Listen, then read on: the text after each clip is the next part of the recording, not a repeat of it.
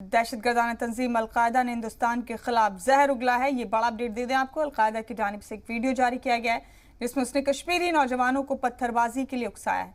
कश्मीर में दहशतगर्दों के खिलाफ ऑपरेशन में बीते 48 घंटे से 7 दहशतगर्द मारे जा चुके हैं।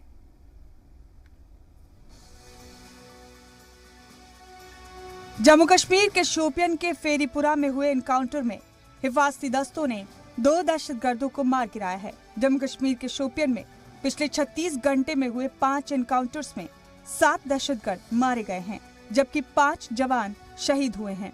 पुलिस ने दावा किया है कि उसने टारगेट किलिंग के 2 मामलों को सुलझा लिया है। पुंछ में 5 फौजियों की शहादत के बाद दहशतगर्दों की तलाश जारी है।